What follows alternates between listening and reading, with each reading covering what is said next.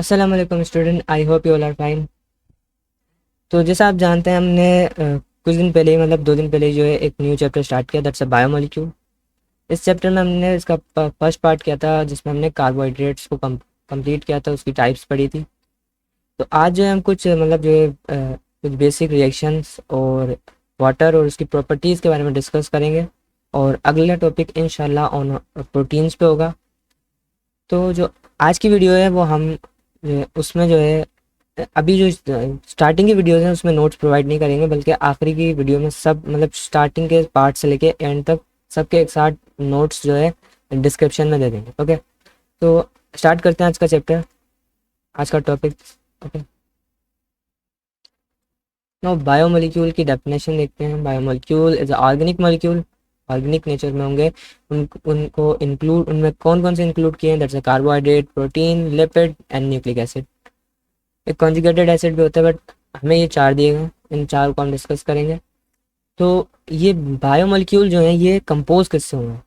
ये कंपोज होंगे elements. Molecule हमें पता है एलिमेंट्स से बनता है, और एलिमेंट्स जो है एटम्स। तो ये एलिमेंट्स जो हैं ये तीन क्वांटिटीज़ में हैं, मतलब तीन टाइप्स के हैं। इनकी क्वांटिटीज़ के बिहाफ पे इनकी टाइप बनाएगी, एक मेजर, एक माइनर और एक ट्रेस। मेजर सबसे ज़्यादा बायोमोलिक्यूल में यूज़ होने वाले, मतलब सबसे ज़्यादा उनमें फाउंड होते हैं, इसलिए इनको मेजर कहा गया 99%। माइनर जो है लेस देन 1%, मतलब बहुत रेयर केस है। और ट्रेस का तो मतलब मिलना ही मुश्किल है, मतलब मिलेंगे लेकिन बहुत कम, जैसे वो 0.01% से भी कम है। तो इनकी नेम और इनकी परसेंटेज याद करना इंपॉर्टेंट है, बिकॉज ये एग्जाम में बहुत आसानी से क्वेश्चन बन जाएगा। ऑक्सीजन की परसेंटेज क्या होती है, कार्बन की परसेंटेज क्या होती है, तो वो हमें पता होना चाहिए।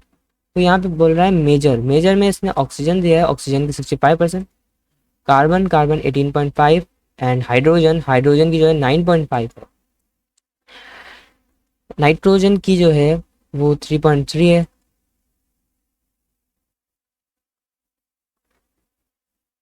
और जो कैल्शियम की है वो 1.5, और फास्फोरस की 1। ओके, फिर माइनर में आते हैं। माइनर में potassium, sulphur, sodium, chlorine and magnesium 0.3, 0.4, 0.3, 0.2। Sodium और क्लोरीन के यहाँ पे सेम दिए 0.2 एंड 0.2। तो थोड़ा सा इनमें मतलब जो है पता होना चाहिए कि अगर ये दोनों आ रही हैं तो या तो इसमें बहुत ए भी होगा, या इनमें से कोई एक जो मतलब करेक्ट होगा वो तो, या फिर इस तरह भी हो सकता है वैसे देगा नहीं एक साथ, इसमें अलग अलग ही होंगी। जैसे सोडियम दे दिया, उसके साथ हाइड्रोजन, कैल्शियम और ऐसे दे दी, और 0.2 ऑप्शन लिख दिया, तो फिर मतलब 0.2 दे दिया और इन सारी एग्जाम्पल्स को दे दिया, तो इसमें से आपको जो है सोडियम पे टिक कर देना है, सही है ना। फिर ट्रेस जो होते हैं उनकी परसेंटेज नहीं दी, सबके एक साथ दे दिए, बस नाम बता दिए। Boron, chromium, cobalt, copper, fluorine, iodine, iron, iron, manganese, molybdenum and selenium, silicon, tin, vanadium and zinc. Okay, ना दो रिएक्शन है जो बायोमोलिक्यूल में बहुत ज़्यादा यूज़ होते हैं, हमने पिछली वीडियो करी थी उसमें भी ये रिएक्शन आ रहे थे। तो मैंने जो है एग्जांपल जो है कार्बोहाइड्रेट से लिया, क्योंकि कार्बोहाइड्रेट हम पढ़ चुके हैं। तो हाइड्रोलिसिस देखेंगे पहले एक रिएक्शन, और फिर कंडेंसेशन, और इनका डिफरेंस क्या है वो आपको पता चल जाएगा इसके बाद। Hydrolysis is a chemical reaction that uses water. इसमें क्या हो रहा है? वाटर को यूज़ किया जा रहा है, वाटर को क्या किया जा रहा है? यूज़ किया जा रहा है। मतलब सुक्रोज के साथ वाटर को ऐड करेंगे और हमारे को क्या मिल जाएगा? सुक्रोज के साथ वाटर को ऐड करेंगे तो हमारे को हमारा एंड प्रोडक्ट मिल जाएगा। इसमें वाटर को यूज़ कर रहे हैं। और हाइड्रोलिसिस वर्ड कहाँ से लिया गया है? Hydro means water and lysis means break and unbind.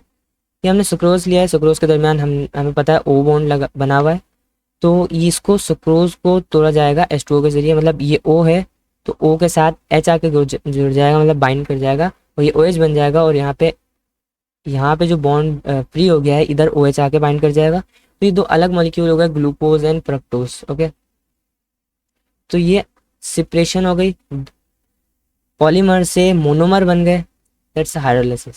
क्या हुआ? पॉलीमर से मोनोमर बन गए, तो ये क्या है? ये हाइड्रोलिसिस है। एक कॉम्प्लेक्स यूनिट से सिंगल यूनिट बन जाना वो क्या है? वो हाइड्रोलिसिस है। इसमें बॉन्ड टूटा है, बॉन्ड इंट्रोड्यूस नहीं हुआ। ओके, बॉन्ड टूटा है, और किसके जरिए टूटा है? H2O की एडिशन, H2O को यहाँ पे, तो इधर क्या हुआ है? H2O की मतलब जो है एडिशन हुई है यहाँ पे, मतलब सुक्रोज में एडिशन हुई है। और वैसे इसको हम कहते हैं हाइड्रेशन। ओके, क्योंकि हमें वाटर जो है यहाँ पे यूटिलाइज हुआ है। तो यहाँ पे कौन सा एंजाइम यूज़ होगा, यहाँ पे जो एंजाइम जिसने एक्ट किया दैट्स ए सुक्रोज पे। अगर यहाँ पे लैक्टोज होता तो वहाँ पे लैक्टेज इस्तेमाल किया जाता, मतलब यूज़ होता। नाउ कंडेंसेशन क्या है, ये ग्लूकोज है और ये फ्रक्टोज है, इनके दरमियान बॉन्ड बना OH एंड H, तो H2O रिमूव हुआ। H2O का क्या हुआ, रिमूवल हुआ, वहाँ एडिशन हो रही थी, हाइड्रेशन, हाइड्रेशन सिंथेसिस थी। हाइड्रोलिसिस को हाइड्रेशन नहीं बोलेंगे, कंडेंसेशन को डिहाइड्रेशन नहीं बोलेंगे। कंडेंसेशन की वजह से डिहाइड्रेशन होती है, कंडेंसेशन को हम डिहाइड्रेशन सिंथेसिस बोल सकते हैं, बट कंडेंसेशन को डिहाइड्रेशन नहीं बोलेंगे, ठीक है। और हाइड्रोलिसिस में हाइड्रोलिसिस की वजह से हाइड्रेशन होती है, हाइड्रोलिसिस हाइड्रेशन नहीं है, ओके। तो इसमें क्या होगा, दो सिंगल मॉलिक्यूल या दो मोनोमर ज्वाइन होंगे और बनाएंगे पॉलीमर, ओके। किसके ज़रिए, वाटर के ज़रिए, मतलब वाटर का रिमूवल करेंगे, वाटर का क्या हुआ, रिमूवल हुआ, और दो मोनोमर ने मिलके ओ बॉन्ड इंट्रोड्यूस करके एक पॉलीमर बना दिया। दोनों एग्जाम्पल एक ही जैसी है, इनका रिवर्स हो रहा है। यहाँ पे जो है बिल्ड हो रहा है, मतलब यहाँ पे बन रहा है, वहाँ पे जो है टूट रहा था, ब्रेक डाउन हो रहा था बॉन्ड का, ओके। नो आगे चलते हैं, आगे हम वाटर को देखेंगे, वाटर की कुछ प्रॉपर्टीज़, पहले बेसिक प्रॉपर्टीज़ जानेंगे, फिर उसके बाद मेन प्रॉपर्टीज़ पे आएंगे। मेन प्रॉपर्टीज़ जैसे बुक में दी हुई है, solvent properties, I melting and boiling point तो हमें पता ही है, एंड हीट ऑफ वेपराइजेशन और high specific heat, anomalous behaviour of water, heat of fusion. No chemical properties कुछ बेसिक्स देख लेते हैं। पहले बोल रहे हैं पोलैरिटी, वाटर क्या है, डायपोल है। क्यों डायपोल है, इसके हाइड्रोजन एंड पे स्लाइटली पॉजिटिव चार्ज होता है, एंड नेगेटिव एंड ऑक्सीजन पे स्लाइटली नेगेटिव चार्ज होता है, इसलिए पोलर है, ठीक है। अगर हम इसकी डायग्राम देखें तो इस पे सिग्मा नेगेटिव, इस पे सिग्मा पॉजिटिव, इस पे भी सिग्मा पॉजिटिव, ये क्यों हो रहा है, डिस्ट्रीब्यूशन ऑफ पार्शियल चार्ज ना वाटर मॉलिक्यूल, इसी को बोलते हैं डायपोल, ठीक है। इसी को क्या बोलते हैं, dipole, distribution of partial charge in a water molecule, that's a dipole. ये डायपोल इस मतलब नेचर को कैसे बना, ये पोलर कैसे हो गया, देखो इलेक्ट्रॉन इलेक्ट्रॉन नेगेटिविटी का डिफरेंस आ रहा है। क्यों, क्योंकि हाइड्रोजन के पास इतनी मतलब पोटेंशियल नहीं है कि वो जो है ऑक्सीजन का इलेक्ट्रॉन अपनी तरफ खींच सके या उसको बैलेंस करके रख सके। ऑक्सीजन क्या करता है, हाइड्रोजन के इलेक्ट्रॉन को अपनी तरफ स्लाइटली अपनी मतलब अपने शेल के अंदर ले लेता है। अब हाइड्रोजन पे स्लाइटली पॉजिटिव चार्ज आ जाता है, मतलब वो ऐसा हो गया कि अगर वो बॉन्ड टूटा उसके ऑक्सीजन के साथ, तो क्या होगा, उसके पास इलेक्ट्रॉन नहीं होंगे, क्योंकि वो उससे ऑक्सीजन उससे छीन लेगा। तो उस पर स्लाइटली पॉजिटिव चार्ज आता है और ऑक्सीजन पे स्लाइटली नेगेटिव चार्ज आता है। तो इलेक्ट्रोनेगेटिविटी के डिफरेंस की वजह से ये पोलर नेचर रखता है, इसलिए जो है ये यूनिवर्सल सॉल्वेंट है, और ये मोस्ट ऑफ द सॉल्वेंट मतलब सब्सटेंस जो है अपने अंदर डिजॉल्व कर लेता है। यही लिखी हुई लाइन लिखी हुई है, solvent due to it polarity dissolving a wide range of substance. और ये एज अ एसिड भी है, एज अ बेस भी है। इफ भी अगर हम H2O को ब्रेक करके देखें तो हमें मिलता है H ion and O H ion, H ion and O H ion मिल रहा है। मतलब अगर मैं इसे किसी एसिडिक मीडियम में डालता हूँ तो ये ओ एच आइन देगा और पीएच को मेंटेन करने की कोशिश करेगा। और अगर मैंने इसे किसी बेसिक मीडियम में डाल दिया तो ये एच आइन वहाँ पर रिलीज करके एज एसिड बिहेव करेगा। तो ये दोनों की तरह बिहेव कर पा रहा है, मतलब रिलीज भी कर पा रहा है, एक्सेप्ट भी कर पा रहा है प्रोटोन, ठीक है ना। तो ये एसिड बेस का जब आप चैप्टर पढ़ेंगे तो हमें पता चलेगा H2O as a buffer behave करता है, ऐसा एज अ बफर कैपेसिटी रखता है, इसकी वजह से ये पीएच की चेंज को रेजिस्ट करता है। ऑटो आयोनाइजेशन माने ये खुद आयोनाइज हो सकता है हाइड्रोनियम आइन में या हाइड्रो ऑक्साइड आइन में, ठीक है। हाई डाइलेक्ट्रिक कांस्टेंट, इसका मतलब इसका आयोनिक डिसोसिएशन की वजह से फॉर्मेशन होती है एक्वस सॉल्यूशन में, formation of aqueous. Chemical reactivity की बात करें तो कुछ पार्टिसिपेट करता है कुछ केमिकल रिएक्शन में, मतलब कुछ नहीं, वेरियस ऑफ केमिकल, बहुत सारे केमिकल रिएक्शन जैसे हाइड्रोलाइसिस, कंडेंसेशन। दो फोर्सेस हैं जो वाटर में हमें शो होती हैं, दिखती हैं, तो उनकी हम एक एप्लीकेशन भी पढ़ेंगे। और पहले फोर्सेस के बारे में जानते हैं। एक है कोहेंशन फोर्स, एक है एडेंशन। दो फोर्सेस दिए। कोहेंशन फोर्स क्या है?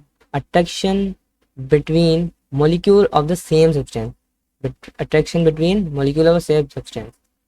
हमें पता है H2O के दरमियान तो बॉन्डिंग होती होगी, वो होती होगी इंट्रामोलिकुलर। बट दो H2O हैं, उनके दरमियान कौन सी बॉन्डिंग होती होगी? उनके अंदर होती होगी इंटरमोलिकुलर। मतलब एक दूसरे पे फोर्स लगा रहे होते हैं, एक दूसरे को अट्रैक्ट करके रखते हैं।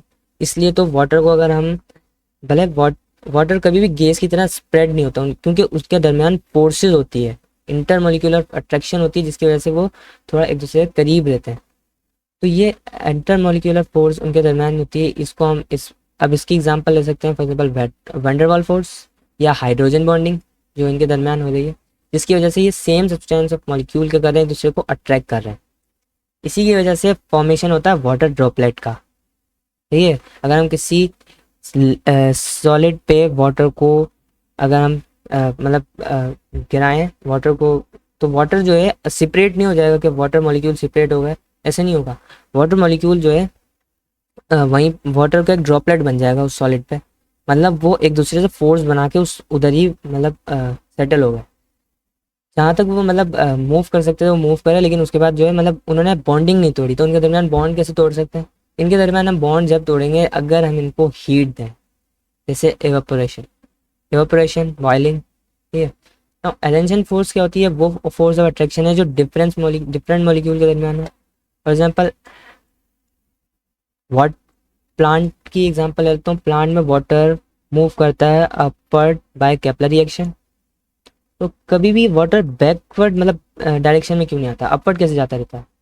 तो इसके वाटर की जो है कुछ फोर्स जो है, मतलब वाटर एक दूसरे से फोर्स लगा रहा है, कॉन्जन फोर्स भी है। और वाटर जो है एक फोर्स जनरेट करता है, मतलब प्रोड्यूस करता है किसके साथ?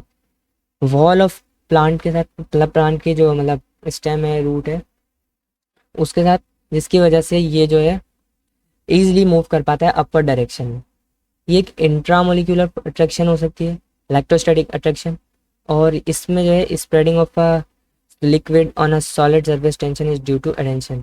अगर कोई लिक्विड सॉलिड सरफेस पे स्प्रेड कर रहा है, फैल रहा है उस, सही है, तो वो किस वजह से? वो एडेंशन की वजह से। वरना हम अगर किस लिक्विड को सॉलिड पे मतलब डालेंगे, मतलब वाटर को अगर हम किसी भी सॉलिड सरफेस पे डालें तो उस पे जो है एडेंशन फोर्स मतलब हमें दिखेगी। क्यों? क्योंकि वो उस पर स्प्रेड करेगा ना। ये हमारे को बहुत अच्छी एग्जांपल मिलती है पिक्चर कि एडेंशन फोर्स क्या है, ये बहुत इजीली समझा रहा है। और कोहेजन क्या है। ओके, ना कुछ एप्लीकेशन देख लेते हैं। इसकी मोस्ट इम्पॉर्टेंट एप्लीकेशन प्लांट में देखी जाती है, और वो होता है केपलर रिएक्शन। जिसमें प्लांट में जो है वाटर इस तरह से अपर डायरेक्शन में मूव करता है, और हर वाटर मॉलिक्यूल एक दूसरे को कोहेजन फोर्स से अट्रैक्ट करके और वॉल ऑफ द प्लांट के साथ जो है मतलब अट्रैक्ट होते हुए एडेंशन फोर्स के जरिए अपर डायरेक्शन में मूव करते हैं। अब कुछ मेन प्रॉपर्टीज़ हैं जो हमें जाननी है। फर्स्ट है स्पेसिफिक हीट। स्पेसिफिक हीट क्या है? मैंने एक 1 किलोग्राम का सब्सटेंस लिया, मैंने कहा मुझे इसे इतनी हीट देनी है, इतनी हीट देनी है कि इसका 1 सेल्सियस इंक्रीज करे। ठीक है, फॉर एग्जांपल ये अभी 20 पे है तो 21 हो जाए। ठीक है, तो ये वाटर के पास जो है बहुत ज़्यादा स्पेसिफिक हीट कैपेसिटी होती है। मतलब heat to raise the temperature of 1 kilogram of water by 1 Celsius. मतलब वाटर की क्या हीट स्पेसिफिक हीट कैपेसिटी है? That's a 4.184 joule. Direct question आ जाएगा इसका, तो ये हमें पता होना चाहिए। डिग्री सेल्सियस में भी हम ले सकते हैं 1.186 जूल पर ग्राम पर degree Celsius. Okay, now heat of vaporization क्या है? लिक्विड का इतनी हीट दी जाए कि लिक्विड गैस में कन्वर्ट हो जाए या वेपर में कन्वर्ट हो जाए, heat of vaporization also known as enthalpy of vaporization या हीट ऑफ वेपराइजेशन। इवेपोरेशन कह सकते हैं, मतलब amount of energy need to change state a liquid into a gas without changing the temperature. Temperature change नहीं कर रहे, क्या कर रहे हैं? द प्रोसेस ऑफ वेपराइजेशन या evaporation occur when some molecule in a liquid have enough energy to escape. मतलब ये एक सरफेस है वाटर का, अगर हमें पता है एवेपोरेशन में, तो इसको एनर्जी, मतलब एवेपोरेशन में क्या होता है, सनलाइट की, ये एक नेचुरल प्रोसेस होता है, इसको सनलाइट की वजह से, सन की हीट की वजह से ही जो है एवेपोरेशन होती है। तो यहाँ पे जो पार्टिकल होंगे, अब उन्हें मतलब इतनी हीट चाहिए, नंबर ऑफ हीट चाहिए, मतलब थोड़ी सी अमाउंट ऑफ हीट चाहिए, जिसकी वजह से वो क्या करेंगे, उनके पास एस्केप एनर्जी आ जाएगी और वो यहाँ से एस्केप कर जाएंगे, मतलब एस्केप वेलोसिटी, जिसकी वजह से वो एस्केप कर जाएंगे, इतनी एनर्जी दी जाए, इनफ एनर्जी होगी इनके लिए, इसकी वजह से लिक्विड फेस की वजह से वो गैस फेस में एंटर कर जाते हैं, लिक्विड फेस को लीव कर। नाउ हाइड्रोफोबिक एक्सक्लूजन, इसकी सबसे अच्छी एग्जांपल हमें मिलेगी कि अगर वाटर में हम ऑयल को डालते हैं तो वाटर और ऑयल सेपरेट रहते हैं, मिक्स नहीं होते। क्या वजह है? सबसे पहली वजह तो उनकी ये आती है कि इनकी नेचर, वाटर जो है पोलर नेचर का है, ओके, वाइल ऑयल जो है नॉन पोलर है, इसलिए ऑयल जो है वाटर में मिक्स डिजॉल्व नहीं होता। Is a tendency of water molecule to minimize contact with substance that don't dissolve easily in water. जो सब्सटेंस वाटर में आसानी से डिजॉल्व नहीं हो सकते, तो वाटर के पास भी टेंडेंसी है कि उन सब्सटेंस से मतलब डिजॉल्व ना हो और उनको, उनका कांटेक्ट जो है मिनिमाइज करते हैं, उनसे कांटेक्ट ना रखें, ठीक है ना। इसलिए वाटर की बॉन्डिंग और ऑयल की बॉन्डिंग अलग अलग होती है, एक दूसरे से बॉन्डिंग नहीं करते। अगर हम ऑयल ड्रॉपलेट को ऐड करें वाटर में, तो मतलब they will coalesces into fewer larger droplet। This is because, देख सकते हैं हम, ये लार्जर ड्रॉपलेट में कन्वर्ट हो गए हैं, लेकिन ये जो है डिजॉल्व नहीं हो रहे। This is because water molecule want to hydrogen bonding. Water molecule ने अपने दरमियान बना रखी है hydrogen bonding, but can not do so with hydrophobic substance. अब जो हाइड्रोफोबिक सब्सटेंस होंगे, जैसे ऑयल, पेट्रोल को भी हम ले सकते हैं, नहीं पेट्रोल तो नहीं, और भी मतलब एग्जांपल्स होती हैं, तो वो जो सब्सटेंस को जब हम वाटर में डिजॉल्व करेंगे तो वो जो है मिक्स नहीं होंगे वाटर में, सही है, but can not do so with hydrophobic substance. The word hydrophobic literally means water fearing, मतलब वाटर से डरने वाले या वाटर को रिपेल करने वाले, वाटर में डिजॉल्व नहीं होंगे। Hydrophobic exclusion. वाटर डिसोसिएशन, ये तो हम पढ़ भी चुके हैं, इसको हम ऑटो आयोनाइजेशन भी कहते हैं, सेल्फ आयोनाइजेशन भी कहते हैं, ऑटो डिसोसिएशन भी बोलते हैं, सॉरी। इस प्रोसेस में क्या होता है, वाटर मॉलिक्यूल स्प्लिट करता है apart and reform represent by H2O या एचाइन, मतलब या तो OH देगा या एचाइन देगा वाटर में, और पेंट और pH को जो है मेंटेन करेगा। इस रिएक्शन में क्या होता है, वाटर डोनेट करता है अपने प्रोटॉन को to another water molecule, with water molecule that receive proton act as base and converted to conjugated acid। इसने अलग एग्जांपल में समझाया है, इसने कहा है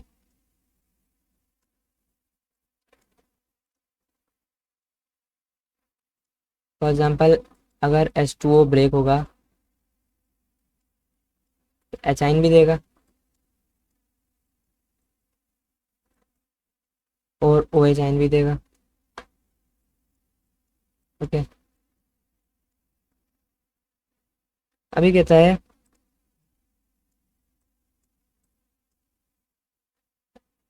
अगर वाटर मॉलिक्यूल डोनेट करता है अपना प्रोटॉन टू दूसरे वाटर मॉलिक्यूल को, तो वो रिसीव करेगा प्रोटॉन को और एज अ बेस एक्ट करेगा, ठीक है ना। अब वाटर में अगर हम कहें वाटर एचाइन किसको दे रहा है, वाटर एचाइन पानी वाटर में किसको दे रहा है, तो वहाँ पे वो दे रहा होगा H2O को ही, और H2O को दे के हाइड्रोजन आयन क्या बनाएगा, hydronium ion H3O plus, okay. तो ये इसने क्या किया, इसने H आयन को एक्सेप्ट किया, तो ये क्या एक्ट किया एज बेस और ये एक्ट एज एसिड, और इसकी वजह से क्या हो जाएगी, pH maintain, as a buffer, ऐसे कह सकते हैं ऑटो आयोनाइजेशन। एनामोलस बिहेवियर क्या होता है?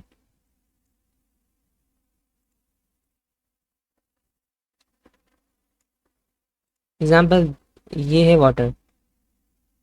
जो भी पोलर एरियाज होते हैं वहाँ पे आइस, मतलब जहाँ पे आइस जमती है तो हमने देखा है वो सबसे पहले जो है टॉप पे जमेगी, टॉप सरफेस, ऊपर आई, नीचे नहीं जमेगी। अगर हम अपने घर में डीप डीप फ्रीजर में बर्फ़ को भी जमाएंगे तो पहले अगर हम देखें तो जो कच्ची बर्फ़ होती है वो ऊपर से जमती है, मतलब अभी वो पूरी तरह से बर्फ़ नहीं हुई, वो क्या हुआ, उसका अबव सरफेस पहले जो है फ्रीज होता है, फिर अंदर से फ्रीजिंग शुरू होती है। तो ये क्यों होता है? ये इसका मतलब एक अ, अलग बिहेवियर है जो डिफरेंट है बाकी गे फ्लूइड से, सॉलिड से, ठीक है। मोस्टली केसेस में क्या होता है, अगर किसी भी चीज़ का टेम्परेचर जो है कम किया जाए कितना, कि 4 सेल्सियस तक लिया जाए, तो वो कॉन्ट्रैक्ट करना शुरू कर देंगे। वो क्या कर देंगे, उनके दरमियान मॉलिक्यूल कॉन्ट्रैक्ट करीब करीब आना शुरू कर देंगे। बट अगर वाटर के केस में देखें तो वाटर जो है कम, जब टेम्परेचर को कम करते हैं तो वो एक्सपैंड करता है। अगर वो एक्सपैंड करेगा तो उसके मॉलिक्यूल दूर दूर जाएंगे, और वो क्या बन जाएगा, वो वाटर ही रहेगा, लेकिन वो एक्सपेंड करने के बाद उसकी डेंसिटी क्या हो जाएगी, उसकी डेंसिटी हो जाएगी कम। मतलब वाटर की डेंसिटी ज़्यादा होती है, आइस की डेंसिटी क्या होती है, आइस की डेंसिटी क्या होती है, कम हो जाती है। बट अभी वो आइस नहीं बना है, अभी तो वो एक्सपेंड कर रहा है। जब 0 सेल्सियस पे पहुंचेगा तो वो बिल्कुल ही, मतलब एक्सपेंड कर चुका होगा और आइस बन चुका होगा। इसलिए अगर हम वाटर का ग्लास लें और उसमें आइस डालें, आइस अबव सरफेस पे रहती है, अंदर नहीं जाती है। इसलिए आइसबर्ग भी होते हैं वो वाटर के अबव सरफेस पे रहते हैं, ये नहीं कि वाटर के अंदर चले जाएं। इसलिए कह रहा है कि पहले जो आइस जो है वो उसके वाटर के सरफेस पे बनती है, फिर उसके बाद जो अंदर वाली जगह, उसकी वजह से क्या होता है, अंदर वाली जगह हो जाती है वार्म। इसका बेनिफिट क्या हुआ, इसका सबसे ज़्यादा बेनिफिट ये है कि जो वाटर के अंदर जो रह रही हैं स्पीशीज़, वो स्पीशीज़ जो हैं डाई नहीं होंगी। अगर ये वाटर जो है सॉलिड बन गया तो वो तो डाई हो जाएंगी, मर जाएंगी, बल्कि सॉलिड बनने से पहले ही कोल्ड टेम्परेचर पे डाई, मतलब मर जाएंगी, डाइड हो जाएंगी। बट क्या है, टेम्परेचर अंदर का वार्म रहता है, अब आइस ये क्या है, कोल्ड रहती है। मतलब आइस जो है ऊपर जमी रहती है, और अंदर का यहाँ का टेम्परेचर क्या है, वार्म रहता है, जिसपे स्पीसीज सर्वाइव कर जाती हैं वाटर की। तो यही था चैप्टर। आई होप आपको समझ में आया होगा। अल्लाह हाफिज़।